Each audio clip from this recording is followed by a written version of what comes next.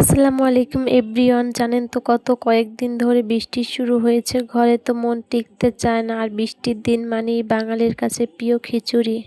আজকে আর লোভ সামলাতে পারলাম না, ভাবলাম হয়ে যাক এক পশলা বৃষ্টির সাথে ধোয়া ওঠা খিচুড়ি। খিচুড়ি তো আছে, কিন্তু আজকের মেন হিরো কিন্তু খিচুড়ি না, এই 3 পদের শুটকি ভর্তা। আর এখানে পেঁয়াজ মরিচ ভর্তা করতেছিল। ভর্তার ঘেরানেই তো জিভে জল চলে আসতে। ভর্তা বানানো হবে আর পাটায় মাখায় খাওয়ানো হবে না, তা তো হয় না।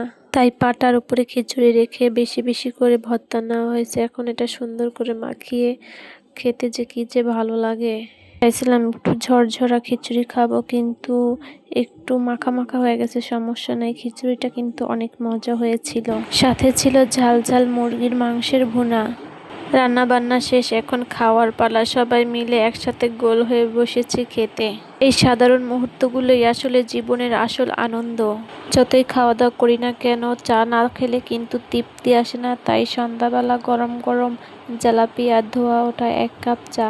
আপনারা বৃষ্টির দিনগুলো কেমন কাটাচ্ছেন অবশ্যই কমেন্ট করে জানিয়ে যাবেন।